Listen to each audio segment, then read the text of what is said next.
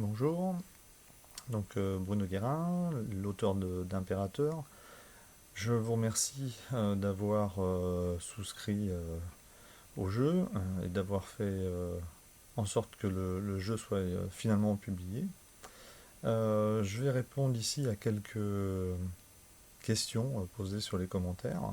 Donc, à savoir, aujourd'hui, rapidement sur le système de création des personnages, et puis sur la possibilité de faire des groupes hétéroclites. Bon, la création des personnages fonctionne sur la base de 200 points de création, avec lesquels on va acheter ses caractéristiques du personnage et des carrières secondaires après la première carrière qui elle, est offerte, on va dire. Ensuite, on a toute une liste d'avantages également qu'il est possible d'acheter. Et pour augmenter le nombre de points de création, eh bien, vous avez la possibilité de choisir également des défauts et des désavantages. Voilà. Ces listes d'avantages et de désavantages ne sont pas exhaustives et chaque maître de jeu pourra tout à loisir, en gardant l'équilibre du jeu, en rajouter à son choix ou selon les backgrounds décidés par ces personnages. Concernant un groupe hétéroclite, alors, il est clair qu'il est relativement difficile d'avoir au sein d'un même groupe, je vais dire, un Picte et un Égyptien, en particulier si la campagne ne se passe ni dans l'un des pays ni dans l'autre. Cependant, du fait de la possibilité de jouer un esclave, du fait de pouvoir jouer des légionnaires, il est tout à fait possible de mixer ces différentes origines au sein d'un même groupe. Alors, après, le maître de jeu est libre de refuser une certaine ethnie de personnages dans son groupe parce que ce n'est pas logique, ou alors de lui imposer d'être soit esclave, soit d'être un légionnaire qui s'est engagé au sein d'une province et qui va se retrouver bien loin de chez lui. Voilà. Moi, ce que je conseille de toute façon, c'est qu'au sein d'un groupe, il faut, à mon sens, au moins avoir un à deux combattants, si possible légionnaire, voire gladiateur. Pour le coup, un gladiateur, c'est parfois peut-être plus difficile à intégrer dans un groupe, sauf si le gladiateur effectivement a fini enfin, n'était pas esclave d'un ludus, mais est devenu libre par ses victoires dans l'arène, et donc va rechercher un contrat probablement de protection, garde du corps, etc. Donc ça, c'est une chose tout à fait envisageable.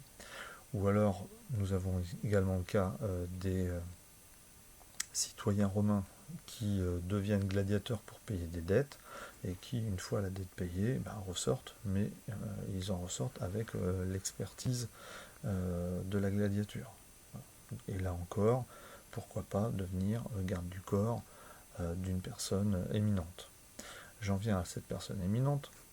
Là aussi, je conseille que dans chaque groupe, il y ait au moins un politicien. Donc ce politicien peut avoir de nombreux esclaves à son service.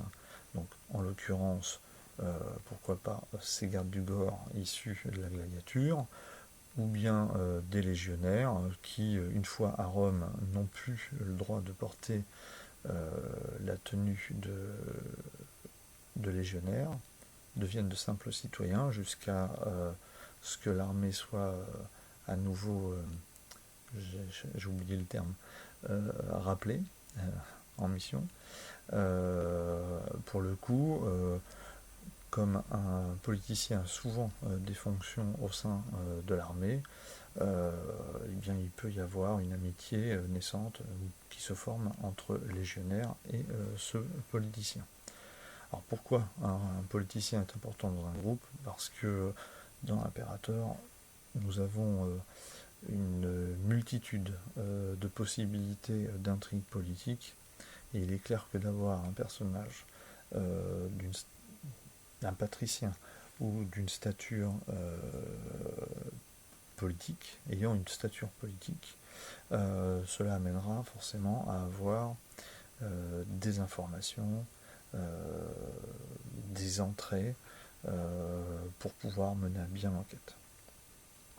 J'en viens la dernière possibilité qui est l'esclavage. Donc on peut, de quelque façon que ce soit, quel que soit le métier qu'exerce un personnage, faire en sorte qu'il soit esclave d'un autre personnage. Ça évite de multiplier les PNJ annexes. Par contre, cette dualité qui fait que nous avons un joueur qui se retrouve esclave d'un autre joueur, il faut bien prendre en compte que en aucun cas le maître doit théoriquement le maître a l'ascendant sur son esclave, mais dans le cadre du jeu, il faut bien qu'on ait cette notion de hiérarchie, mais avec une espèce d'égalité du temps de parole, de la possibilité d'agir pour les deux joueurs. Je prendrai l'exemple de la série Rome, où on voit Posca, donc le secrétaire particulier de César, qui est un esclave grec, mais qui est quelque part le conseiller, le secrétaire, le porte-parole, l'homme de l'ombre de César. C'est lui qui va manigancer des choses, et il en sait tellement sur les ennemis des Césars qu'il est en lui-même, c'est l'arme, c'est l'espion, c'est, je veux dire par là que César n'aurait pas pu, au sein de la série, n'aurait pas pu faire autant de choses sans Posca à ses côtés. Et puis pour en venir à l'esclavage, donc comme j'ai pu le mettre dans un commentaire, il est hors de question que les joueurs jouent des esclaves dont la durée de vie serait de 6 mois, en l'occurrence des esclaves agricoles, des esclaves qu'on va jeter en pâture aux bêtes sauvages dans l'arène, ou des esclaves que l'on va enfermer aux mines. Ce genre d'esclaves n'a que peu d'intérêt, n'ont peu de compétences, n'ont peu de valeur, d'où cette utilité, et on les achète presque en gros pour une centaine de sesterces. Dans mes recherches sur Wikipédia ou sur d'autres sources, on a pu constater que le prix des esclaves peut fortement varier. Donc, j'ai mis un prix moyen dans le livre, qui est aux alentours entre 2000 et 5000 sesterces de mémoire, en fonction de la spécialisation du personnage. Mais il faut savoir qu'on a eu des cas de figure dans des registres où des esclaves ont été payés plus d'1,5 million de sesterces. Donc forcément, un esclave à ce prix-là, on ne va pas l'envoyer aux mines ou aux champs. En l'occurrence, ici, c'était un médecin grec qui avait une très grande expertise et qui avait écrit plusieurs livres de médecine. Il y a également eu un cas de 3 esclaves qui ont été achetés pour plus de, 1 million de sesterces. Bon, c'était des poètes, tragédiens, acteurs. Alors, ces prix sont un peu excessifs et résultent probablement d'une animosité entre deux hauts fonctionnaires, hauts politiciens.